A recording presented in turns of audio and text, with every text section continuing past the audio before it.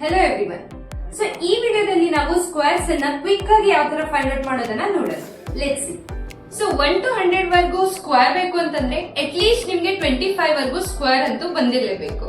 Okay, and here to learn from 25 to 100 so ನಮ್ಗೆ ಎರಡು rules ಬೇಕಾಗುತ್ತೆ. ಸೊ ಫಸ್ಟ್ ರೂಲ್ ಬಂದ್ಬಿಟ್ಟು, ಫಸ್ಟ್ ರೂಲ್ ಅಲ್ಲಿ ಎರಡು ಪಾರ್ಟ್ಸ್ ಇರುತ್ತೆ. ಸೊ LHS ಮತ್ತೆ RHS. ಸೊ ಈ ತರ ಎರಡು ಪಾರ್ಟ್ಸ್ ಇರಬೇಕು.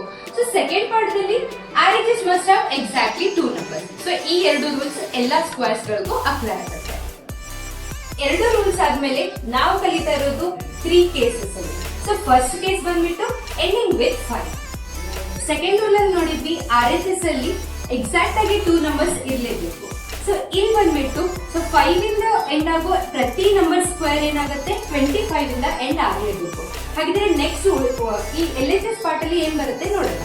ಓಕೆ, ಸೊ 5 ಸ್ಕ್ವೇರ್ ಇಲ್ಲಿದೆ, ಲೈಕ್ 25 ಅಂತೂ ಬರ್ದ್ಬಿಟ್ವಿ. ನೆಕ್ಸ್ಟ್ 1 ಆದ್ಮೇಲೆ ಯಾವ ನಂಬರ್ ಬರುತ್ತೆ 2 ಆಗುತ್ತೆ. ಸೊ 1 into 2 ಮಾಡಿದ್ರೆ 2. ಓಕೆ, ಸೊ 225 ನಮ್ದು ಆನ್ಸರ್ ಆಗುತ್ತೆ.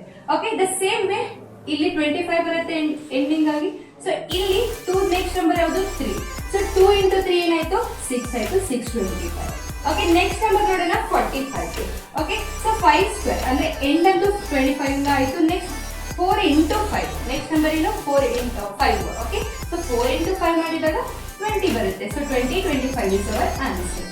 ಸೊ ಟ್ರಿಕ್ ಅರ್ಥ ಆಯ್ತು ಅಂತಂದ್ರೆ ಈ ಎಲ್ಲ ನಂಬರ್ಸ್ಗೂ ಸ್ಕ್ವೇರ್ಸ್ ನ ಫೈಂಡ್ ಔಟ್ ಮಾಡಿ ಚಾಟ್ ಬಾಕ್ಸ್ ಅಲ್ಲಿ ಆನ್ಸರ್ ತಿಳಿಸಿ.